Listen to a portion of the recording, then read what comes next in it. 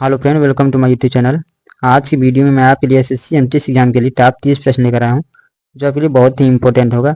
यदि आप SSC MTS की एग्जाम दे रहे हैं या तैयारी कर रहे हैं तो ये वीडियो आप जरूर देखिएगा, क्योंकि इसमें जितने भी प्रश्न आएंगे सारे इंपॉर्टेंट प्रश्न और सिलेक्टेड प्रश्न हैं। तो ये वीडियो का पार्ट नंबर 15 है। यदि आप इसका 1 से लेकर 14 तक का वीडियो नहीं देखे हैं तो हमारी वीडियो के डिस्क्रिप्शन में जाकर आप वहाँ से देख सकते हैं। तो चलिए दोस्तों, स्टार्ट करते हैं सबसे पहले प्रश्न से। इसमें पहला प्रश्न दिया गया है आपका, दो दृष्टि दोष से पीड़ित व्यक्ति के चश्मे में कौन सा लेंस प्रयोग किया जाता है। फ्रेंड, यदि क्वेश्चन का आंसर पता हो तो आप कमेंट बॉक्स में दे सकते हैं। ये सभी प्रश्न पिछले 10 साल से पूछे गए एसएससी के एग्जाम में पूछे गए प्रश्न हैं। ठीक है दोस्तों, तो आप वीडियो को ध्यानपूर्वक देखिए और अंत तक देखिएगा, क्योंकि ये वीडियो आपके लिए बहुत ही इंपॉर्टेंट होगा यदि आप एसएससी एमटीएस एग्जाम की तैयारी कर रहे हैं तो। ठीक है, तो बताइए फ्रेंड जल्दी जल्दी। राइट आंसर रहेगा उत्तर लेंस, ऑप्शन नंबर 1 करेक्ट आंसर रहेगा। ठीक है दोस्तों, चलिए दोस्तों इसके इंपॉर्टेंट पॉइंट देख लेते हैं। दो दृष्टि दोष से पीड़ित व्यक्ति के चश्मे में उत्तल लेंस लगाया जाता है। उत्तल लेंस बीच में सबसे मोटे होते हैं और आवर्धक कांच की तरह काम करते हैं। दो दृष्टि दोष हाइपरमेट्रोपिया से पीड़ित व्यक्ति को दूर की चीजें साफ दिखती है, लेकिन पास की चीजें साफ नहीं दिखती है। दो दृष्टि दोष को ठीक करने के लिए लेजर अपवर्तन सर्जरी का भी इस्तेमाल किया जाता है। हालांकि यह सर्जरी वयस्कों के लिए उपयुक्त होती है और बच्चों के लिए इसकी सिफारिश नहीं की जाती है। ठीक है दोस्तों, तो आप इस पॉइंट को याद रखिएगा, बहुत ही इंपॉर्टेंट है आपकी परीक्षाओं की दृष्टि से। चलिए दोस्तों अगले प्रश्न में चलते हैं। बुढ़ापे में दूरदृष्टिता खराब हो जाती है, क्यों क्यों हो जाती है दोस्तों बताइए। जिसमें लेंस की क्या होती है, अपनी प्रत्यास्थता खो देता है, अधिक पारदर्शिता हो जाता है, अपारदर्शी हो जाता है, बहुत अधिक छोटा हो जाता है। बताइए इसमें से कौन सा ऑप्शन सही रहेगा।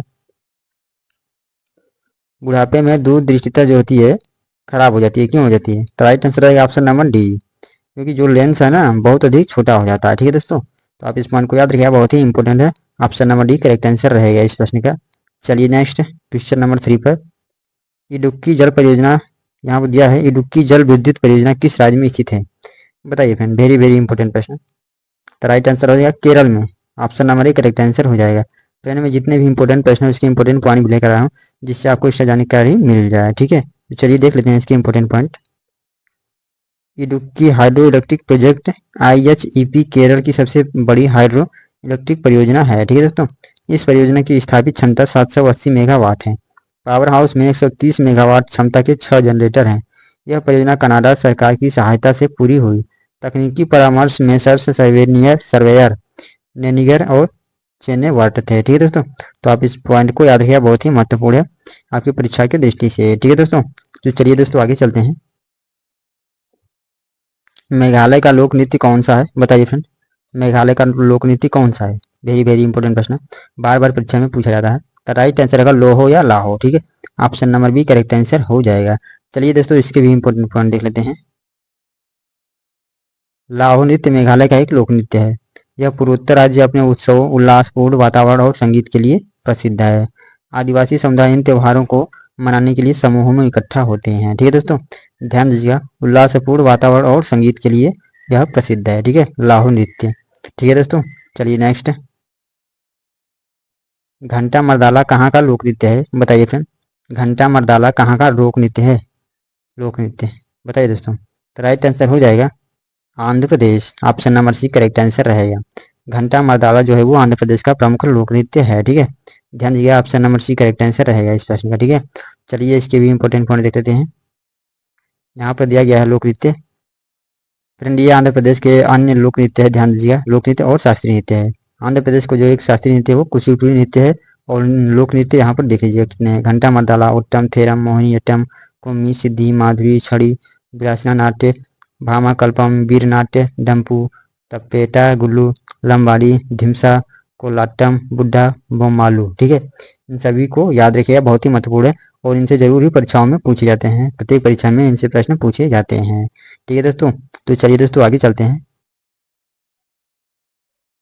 पानी का घनत्व किस ताप पर अधिकतम होता है, बताइए दोस्तों। तो राइट आंसर होगा 4 डिग्री सेल्सियस पर, option number B correct answer हो जाएगा। ठीक है, चलिए इसके इंपॉर्टेंट पॉइंट देख लेते हैं।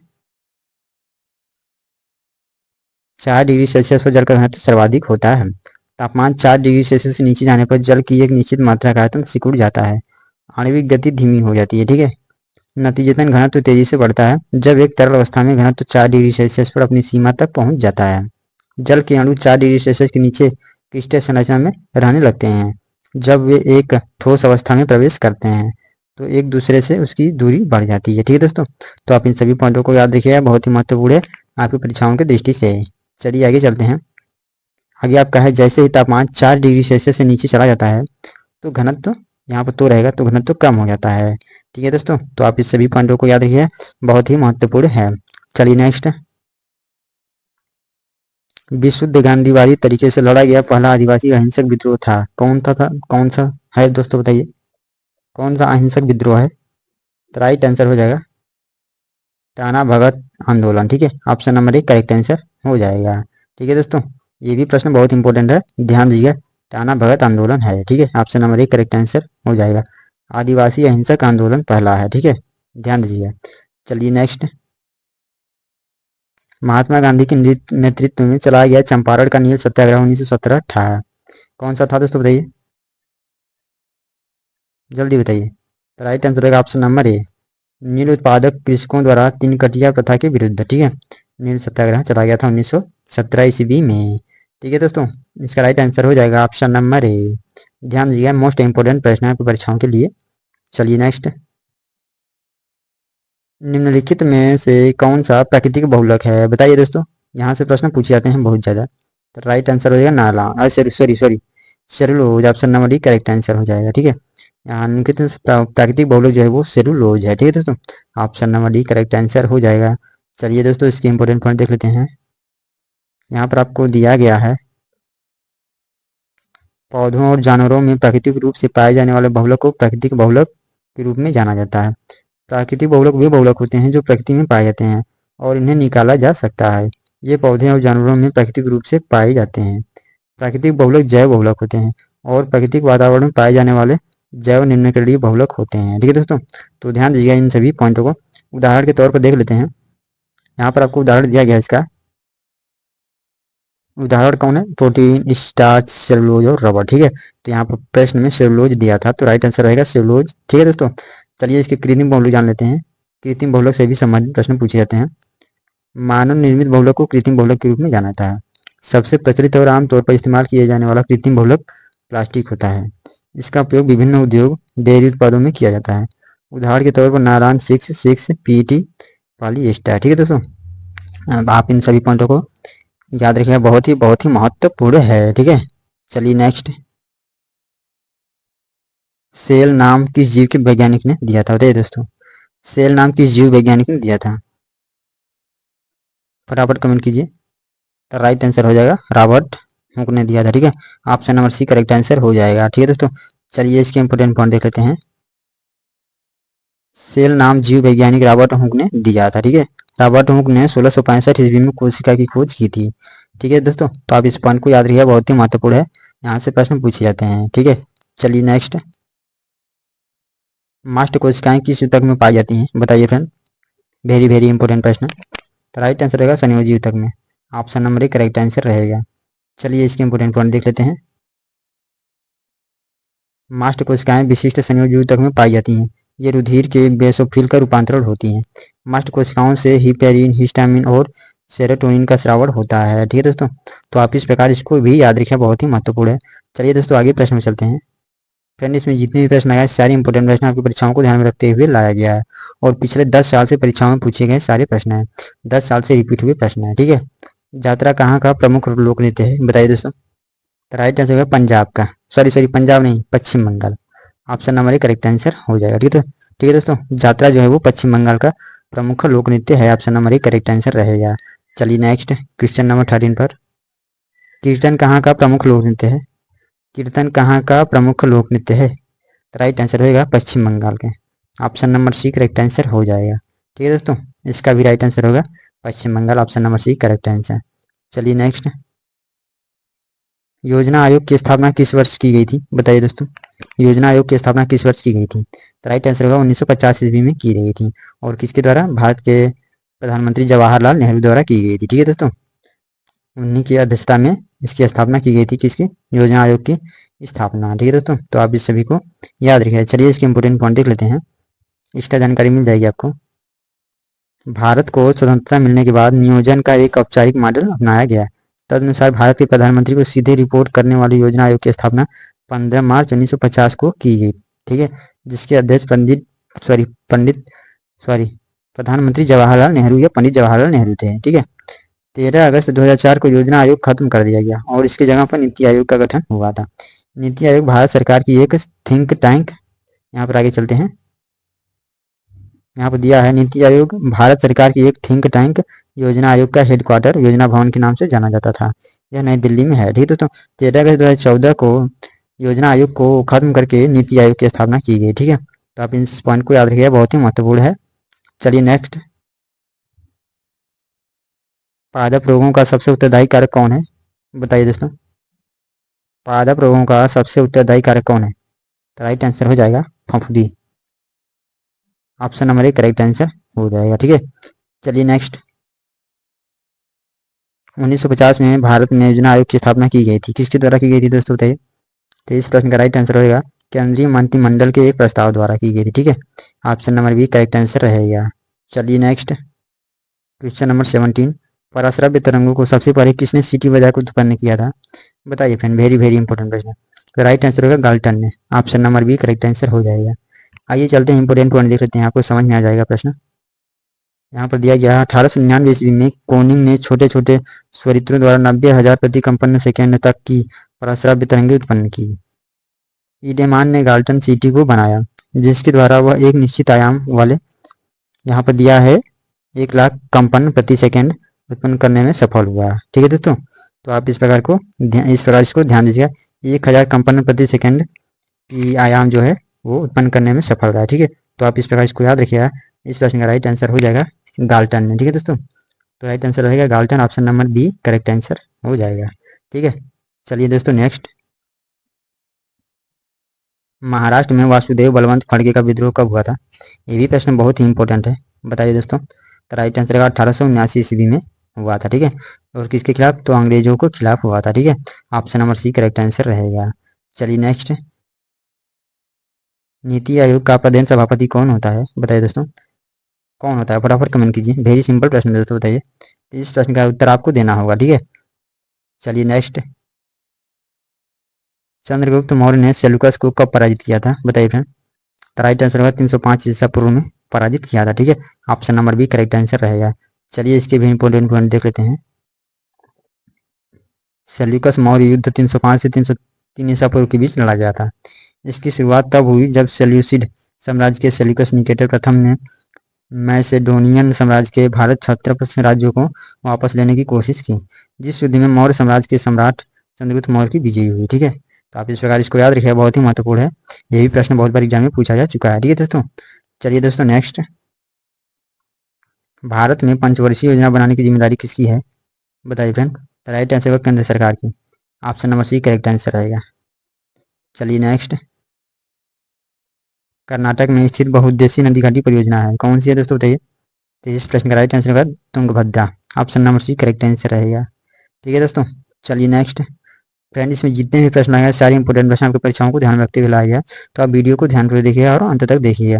हिडकल परियोजना किस नदी पर स्थित है? बताइए फ्रेंड, हिडकल परियोजना किस नदी पर स्थित है? तो राइट आंसर होगा घाट प्रभा नदी पर। ठीक है, option number A correct answer हो जाएगा। ठीक है दोस्तों, तो घाट प्रभा नदी किस राज्य में स्थित है? चलिए देख लेते हैं इंपोर्टेंट पॉइंट में। हिडकल परियोजना घाट प्रभा नदी पर स्थित है। यह परियोजना कर्नाटक के, कहाँ पर दोस्तों? कर्नाटक के बेलगावी जिले के हुक्केरी तालुक के हिडकल गांव में है। ठीक है दोस्तों, इस बांध का नाम राजा लखामगौड़ा सरदेसाई के नाम पर रखा गया है। यह एक परोपकारी और वंतामूरी के जमींदार थे। ठीक है, ध्यान दिया, परोपकारी और वंतामूर के जमींदार थे। यह परियोजना साल 1977 में बनकर तैयार हुई थी। इस परियोजना को बहुउद्देशीय बनाने के लिए इस बांध पर एक जलाशय बनाया गया था। ठीक है, यहाँ पर इसको भी याद रखिए, बहुत ही महत्वपूर्ण है। चलिए आगे चलते हैं, यहाँ पर दिया गया है आपका, इस जलाशय में लगभग 659 मिलियन घन मीटर का भंडारण है। यह जलाशय कुल, यहाँ पर दिया गया है 13,96,000 हेक्टेयर जमीन तक सिंचाई करता है। ठीक है दोस्तों, तो आप इन सभी पॉइंटों को याद रखिए, बहुत ही महत्वपूर्ण है आपकी परीक्षाओं की दृष्टि से। ठीक है दोस्तों, चलिए नेक्स्ट, काकरा पार परियोजना किस नदी से सम्मिलित है? बताइए दोस्तों, काकरा पार परियोजना किस नदी से सम्मिलित है? तो राइट आंसर हो जाएगा ताप्ती नदी से सम्मिलित है, ऑप्शन नंबर 1 करेक्ट आंसर हो जाएगा। चलिए नेक्स्ट, काकरा पार परियोजना गुजरात के सूरत शहर से करीब 80 किलोमीटर दूर ताप्ती नदी पर स्थित है। यह एक सिंचाई परियोजना है। इसे गुजरात सरकार ने विकसित किया है। काकरा पार परियोजना भारत की एक प्रमुख नदी घाटी परियोजना है। काकरा पार बांध 621 मीटर लंबा और 14 मीटर ऊंचा है। ठीक है दोस्तों, तो आप इन सभी पॉइंटों को याद रखिए, बहुत ही महत्वपूर्ण है। चलिए नेक्स्ट, उष्णकटिबंधीय परिस्थितियों का सर्वाधिक विस्तार किस महाद्वीप में पाया जाता है? बताइए दोस्तों, वेरी वेरी इंपॉर्टेंट प्रश्न। तो राइट आंसर होगा अफ्रीका महाद्वीप में। ठीक है, option number B correct answer रहेगा। ठीक है दोस्तों, चलिए नेक्स्ट, किस महाद्वीप में अनातिक जलमार्गों का सर्वाधिक विकास हुआ है? बताइए। तो राइट आंसर रहेगा यूरोप महाद्वीप में। Option number A correct answer रहेगा। चलिए इसके इंपोर्टेंट पॉइंट देख लेते हैं। यूरोप और उत्तरी अमेरिका में अंतर्देशीय जलमार्ग सबसे अच्छा विकसित होते हैं। अन्य महाद्वीपों में उनका विकास मध्यम है। यूरोप में फ्रांस, जर्मनी, बेल्जियम, नीदरलैंड, रूस के पास बहुत व्यापक अंतर्देशीय जलमार्ग है, जिसमें नदियां और नहर हैं। ठीक है दोस्तों, तो आप इन सभी पॉइंटों को याद रखिएगा, वेरी वेरी इंपॉर्टेंट है आपकी परीक्षाओं की दृष्टि से। ठीक है दोस्तों, जितने भी एग्जाम होने वाले हैं उसके लिए बहुत ही इंपॉर्टेंट है। तो चलिए आगे प्रश्न में चलते हैं। नाथपा झाकड़ी परियोजना किस नदी पर निर्मित है? बताइए फ्रेंड, नाथपा झाकड़ी परियोजना किस नदी पर स्थित है? तो राइट आंसर हो जाएगा सतलज नदी पर। ठीक है, option number A correct answer हो जाएगा। चलिए इसके इंपोर्टेंट पॉइंट देख लेते हैं। नाथपा झाकड़ी जल विद्युत परियोजना हिमाचल प्रदेश के किन्नौर और शिमला जिलों में सतलुज नदी पर स्थित है। ठीक है, यह उत्तरी भारत की सबसे बड़ी जल विद्युत परियोजना है। ठीक है दोस्तों, चलिए नेक्स्ट, भाखड़ा नागल एक संयुक्त परियोजना है। यह किसकी है दोस्तों, बताइए। भाखड़ा नागल परियोजना जो है वो किसकी संयुक्त परियोजना है, किस किस राज्य की? तो इस प्रश्न का राइट आंसर रहेगा हरियाणा, पंजाब और राजस्थान की। Option number A correct answer हो जाएगा। चलिए आपको समझ में आ जाएगा, इंपोर्टेंट पॉइंट में देख लेते हैं। भाखड़ा नागल परियोजना पंजाब, हरियाणा और राजस्थान की संयुक्त परियोजना है। यह सतलुज नदी पर बनी भारत की सबसे बड़ी बहुउद्देशीय नदी घाटी परियोजना है। यह परियोजना भूकंपीय क्षेत्र में स्थित है। भारत का दूसरा सबसे ऊंचा बांध, इसकी ऊंचाई 225.55 मीटर या 740 फीट है। यह बांध पर्यटन के लिहाज से महत्वपूर्ण है। ठीक है, चलिए आगे देख लेते हैं। आगे आपका दिया गया है, इस परियोजना का निर्माण अमेरिकी बांध निर्माता हार्वे स्लोकेम के निर्देशन में हुआ था। इस परियोजना की शुरुआत 1946 ईस्वी में हुई थी। यह 1963 में पूरी हुई। इस परियोजना से सिंचाई और बिजली उत्पादन के क्षेत्र में क्रांति आई। इस परियोजना से क्षेत्र का आर्थिक विकास भी हुआ। ठीक है दोस्तों, आप इन सभी पॉइंटों को याद रखिए, बहुत ही महत्वपूर्ण है आपकी परीक्षाओं की दृष्टि से। चलिए नेक्स्ट है, गिरना परियोजना कहाँ स्थित है? बताइए दोस्तों। तो राइट आंसर है महाराष्ट्र में। Option number B correct answer हो जाएगा। गिरना परियोजना गिरना नदी पर स्थित है और महाराष्ट्र में स्थित है। ठीक है, महाराष्ट्र में गिरना नदी स्थित है। ठीक है, और गिरना नदी पर गिरना परियोजना स्थित है। ठीक है दोस्तों, तो आप इस प्रकार इसको याद रखिए, बहुत ही महत्वपूर्ण है। चलिए नेक्स्ट, क्वेश्चन नंबर 30 है, मनुष्य के शरीर में सबसे लंबी कोशिका होती है? बताइए दोस्तों, कौन सी? हाथ की कोशिका होती है कि पैर की होती है कि तंत्रिका कोशिका होती है कि इसमें से कोई नहीं? बताइए कौन सा उत्तर सही रहेगा। तो राइट आंसर होगा तंत्रिका कोशिका। मनुष्य के शरीर में सबसे लंबी कोशिका जो होती है वो तंत्रिका कोशिका होती है। ठीक है दोस्तों, तो option number C correct answer हो जाएगा। आप इसको याद रखिए, ये भी प्रश्न इंपॉर्टेंट है, बहुत बार एग्जाम में पूछे जाते हैं। ठीक है, तो फ्रेंड आज इस वीडियो में बस इतना है। 30 प्रश्न दिया गया था। आप कमेंट करके जरूर बताइएगा कि आपके कितने प्रश्नों का आंसर सही हुआ। तो आज की वीडियो में बस इतना ही, मिलेंगे अगले वीडियो में, तब तक के लिए थैंक यू सो मच।